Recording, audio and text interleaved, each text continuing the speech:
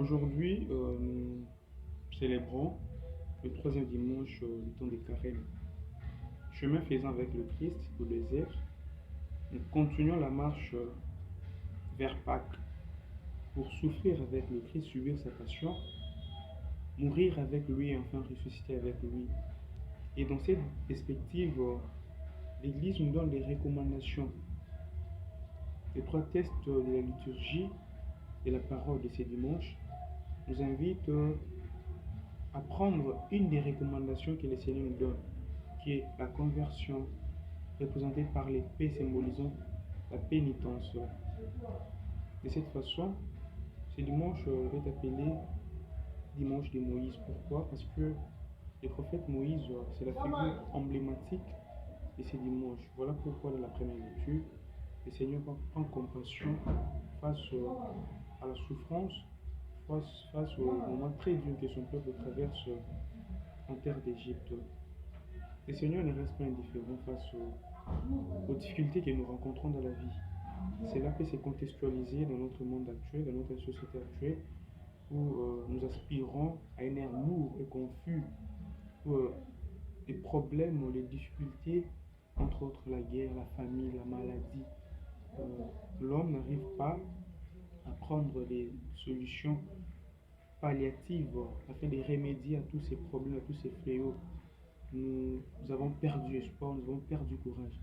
Mais au travers de la première lecture, voyant les regards de compassion et l'amour de Dieu à l'égard de son peuple, nous sommes convaincus à dire que le Seigneur peut venir aussi à notre aide.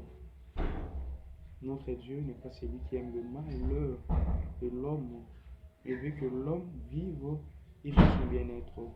Dans la deuxième lecture, l'apôtre Paul nous invite à résister. Si nous nous sentons solides, nous devons résister face au mal. Et le mal qui est quelque chose de méprisable pour un chrétien. Et Christ dans l'Évangile nous invite à la conversion, proprement dit. Jésus veut que nous puissions comprendre que nous ne sommes pas plus meilleurs que les autres. Et si les autres ont été victimes, comme bien cité dans l'Évangile, nous autres, nous devons plus être vigilants. Notre vigilance doit nous pousser à la conversion d'un chrétien. En disant, si vous ne vous convertissez pas, vous périrez tous. Je pense que le message central ou le message primordial de la vie chrétienne devait se limiter à ces niveaux. Parce que nous sommes là pour la conversion.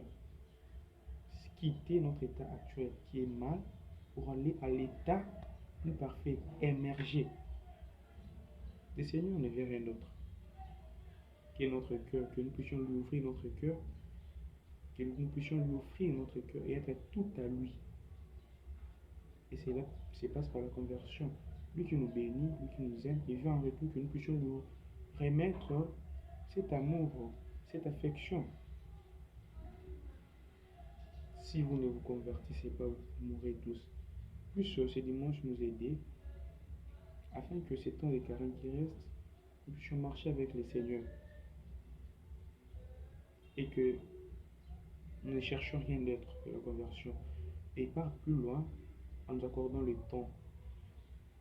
Il nous accorde le temps pour que nous puissions nous convertir. Et ce temps n'a pas de limites. Ce qui montre sa grande miséricorde pour les hommes. Ce qui montre sa grande compassion. Ce qui montre sa donation totale pour le rachat ou la rédemption des hommes. Il ne veut pas nous juger à notre état inique, dans notre iniquité, mais veut que nous puissions nous convertir. Il nous accorde le temps pour nous convertir, car à la fin des temps, nous serons jugés.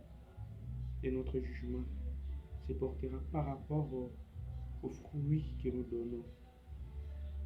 Que la liturgie de ce dimanche ne puisse pas faire de nous de mauvais arbres, mais au contraire, puisse nous aider à devenir des bons arbres qui portent des fruits, qui après avoir bénéficié du temps accordé par le Seigneur, changent, deviennent fructueux et donne des fruits délicieux au bénéfice de Dieu et des autres, de nos prochains qui sont proches de nous, qui vont goûter de ces fruits afin que notre vie soit un témoignage. Je nous souhaite un excellent dimanche.